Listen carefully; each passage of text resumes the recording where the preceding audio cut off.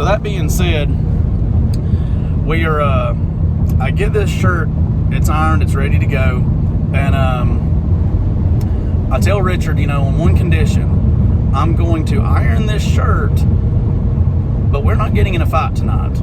No matter what happens, no fighting. Because this shirt's not getting wrinkled. It's just as simple as that. This damn thing took me 45 minutes to iron. No fights tonight. And hell, not only that, we're going to be on a double date with Kim and her friend Megan. Just remembered her name, Megan. And yeah, man, I don't want to show up there or have the night end with us in a fight with a couple of guys. Them, of course, never wanting to see or hang out with us again, because this is your chance to date and be with a nice girl. And not only that, but this fucking shirt. It's taken me so long to iron this, and he looked nice. We weren't usually fixed up like this very often. You're not wrinkling this shirt or gonna mess it up. So, of course, my boy's like, yeah, man, no problem. Hey, the shirt's gonna look just like this before I throw it on the floor with beside Megan's shirt. Great. So we get ready. It comes time to leave, and like I said, they live in a town, off from us, about 45 minutes away. We live in Lafayette, so we all decide to meet at a central location. It's this Wendy's in the little town of Ringgold. It's right off the interstate. Just a fast food restaurant with a drive-through. It's got a little cut across in the front, in front of their dining room that's paved, where you can actually circle the whole restaurant. And so as we're on our way over there and doing absolutely nothing but minding our own business, you have to understand I'm driving a vehicle that has smart-ass white boy written all over it. It's just a Nissan Pathfinder, but for back in the day and for around that time, it was a pretty cool vehicle. It was black, SEV6 with, roof racks, bike racks, and ski racks all over it. Had a little brush guard, and, it was my dream car. I was crazy about it, but either way, it did. Something about it just screamed smart ass or to fuck with me. And so, needless to say, especially with both Richard and I being in it, that is what happened every time we left the house. So, but not tonight. Not with this shirt. Not with this damn thing, heavy starched, and took me 45 minutes to iron. Not gonna get wrinkled. So, as we're going down the road, we go down, take a couple of back roads to get over to this place we're trying to get to in Ringgold. And as it would happen, we come up behind a truck. They're just barely moving down the road, no harm, no foul, just a couple of rednecks. Damn truck probably wouldn't go over, 35, 40 miles an hour.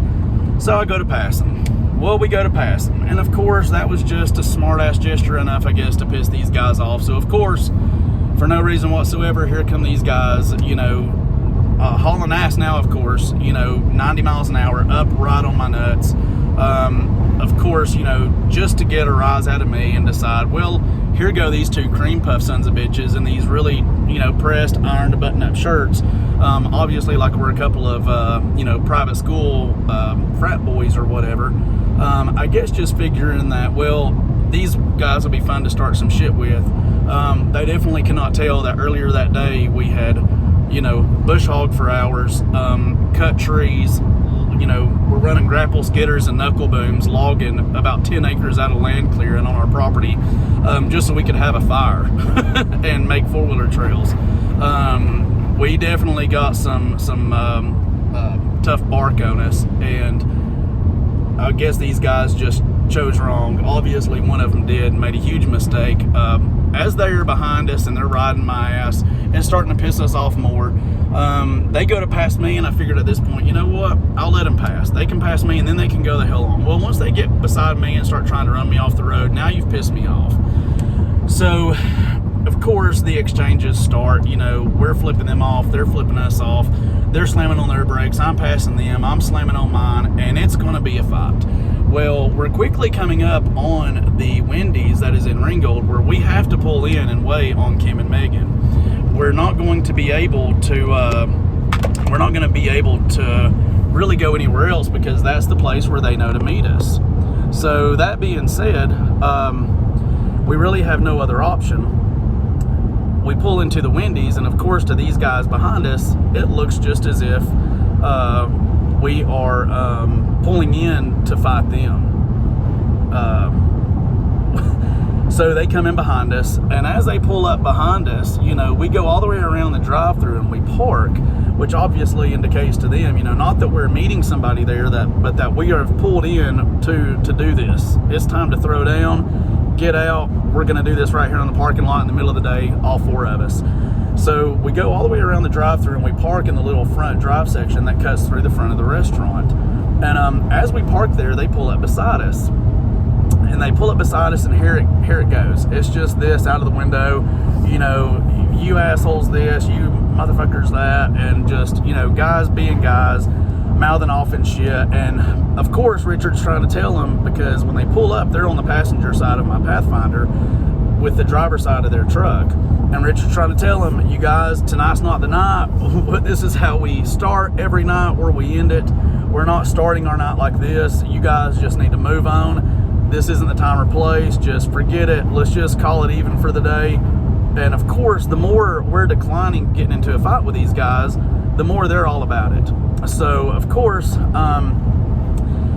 we finally decide, they finally decide they want to escalate the situation. He opens his door as if he's going to get out. Richard, and he can't all the way because we're parked so close. And Richard tells him, he said, you know what? Get out. I dare you to get out. He said, you step foot out of that truck. He said, I'm coming out of this Pathfinder and I'm going to beat your ass. And just one thing, I got to take this shirt off because I'm not going to wrinkle it. Richard starts unbuttoning his shirt. And so, of course, his boy, he doesn't know whether to laugh or be kind of nervous and, assume that Richard is serious.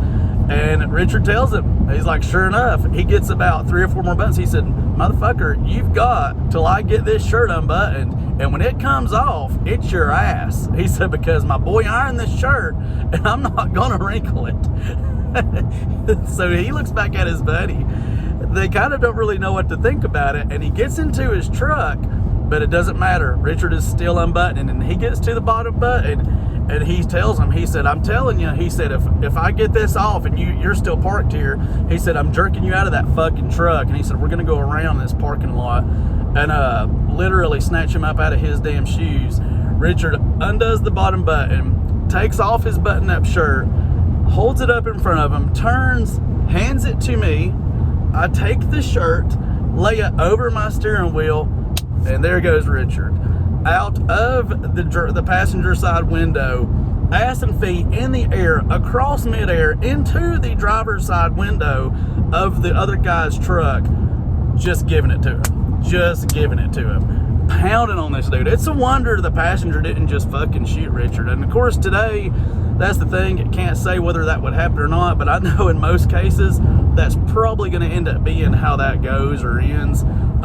Which is kind of sad. These were good times, and it's just not the day or age you can really do that kind of thing anymore. But man, if you could picture Richard's legs from the knees down sticking out of the window of the driver's side of this truck, and you can't turn right there because that's where cars are coming into the Wendy's. He has no chance but to leave and go all the way back around the Wendy's with Richard hanging out of it the entire time, beating the shit out of him while he drives. Probably that I can't see, but I'm sure the other passenger beating Richard up too, or punching on him while Richard's beating the hell out of this guy in his lap right in his face. Finally comes around, and as they're getting out, literally before they turn out on the road, Richard doesn't quit till he's about to pull out onto the main numbered state highway, beating the shit out of this guy in his own truck. All he could do to get around that parking lot and away from him, with Richard's legs sticking out of the air the whole time, and his shirt ironed, neatly laid over my steering wheel, waiting on him to get done with this guy.